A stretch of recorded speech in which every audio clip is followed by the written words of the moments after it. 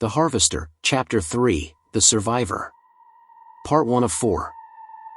There had only ever been one person who claimed to have seen the Harvester and lived.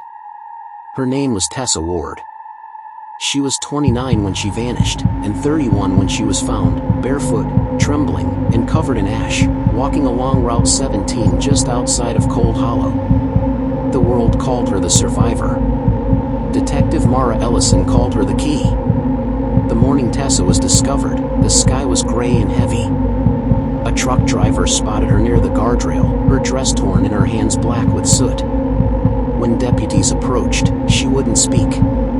Not for hours. She just kept whispering one phrase. "He waits beneath." At first, they thought she was delusional. Trauma victims often spoke in fragments. But her fingerprints matched one of the Harvester's known victims, Ethan Clark, the bartender who vanished on Halloween night. His prints had been found on her shoulder, burned into the skin as if from heat. When Ellison arrived at the hospital, Tessa was sitting by the window, wrapped in a blanket.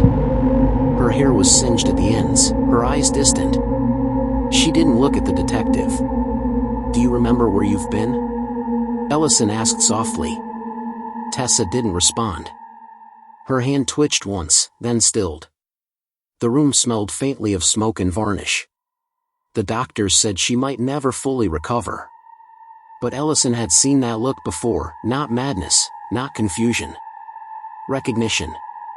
Someone who had seen something they were never meant to see. Over the next few days, Ellison reviewed Tessa's old missing person report.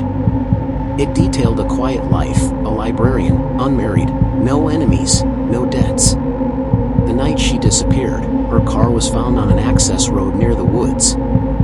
Inside, the same signature, a glowing pumpkin carved with the number 2. Now, 2 years later, she'd returned. Alive. That fact alone changed everything. Because if one victim had survived, maybe others had too. After 3 days of silence, Tessa began to talk. Her voice was quiet, raw, as if she were speaking through smoke. "He takes them to the ground," she said. "He doesn't kill right away. He listens." Ellison leaned closer.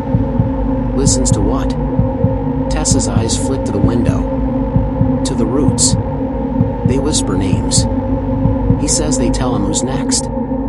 The detective kept her expression calm, but inside she felt her stomach tighten. Roots. Soil. The same language that appeared in her father's notes. When Ellison asked if she'd seen his face, Tessa hesitated. Not his face. His mask. Wood. Smiling. Like the pumpkins.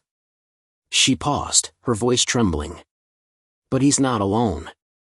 Ellison's pen froze midair. "What do you mean?" Tessa turned her head slowly, her eyes wet but steady. "There's another one.